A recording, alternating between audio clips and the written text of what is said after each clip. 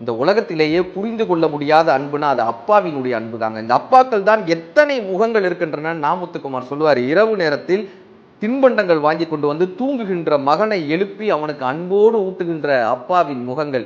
சொந்தக்காரர்கள் திருமணத்தில் அப்பாக்கள் சீட்டாடி கொண்டிருக்கும் பொழுது பக்கத்தில் சென்றால் கோபத்தோடு பார்க்கின்ற அப்பாவின் முகங்கள். மாத கடைசியில் பள்ளி சுற்றுலாவிற்கு காசு கேட்டால் பதட்டத்துடன் பார்க்கின்ற அப்பாவின் முகங்கள். அழுகின்ற அம்மாவின் முகங்களைப் போல் அத்தனை எளிதாய் கிடைத்து விடுவதில்லை அழுகின்ற அப்பாவின் முகங்கள். ஒரு திருவிழாவில் அப்பாவின் தோல் மீது அமர்ந்து நான் சாமியை பார்த்தேன். அப்பொழுதெல்லாம் எனக்கு தெரியவில்லை, ஒரு சாமியின் தோல் மீது அமர்ந்துதான் நான் இன்னொரு சாமியை பார்க்கிறேன் என்பது எனக்கு தெரியவில்லை. இந்த அப்பாக்கள் என்ன தெரியுமா கற்றுக் கொடுக்கிறார்கள்?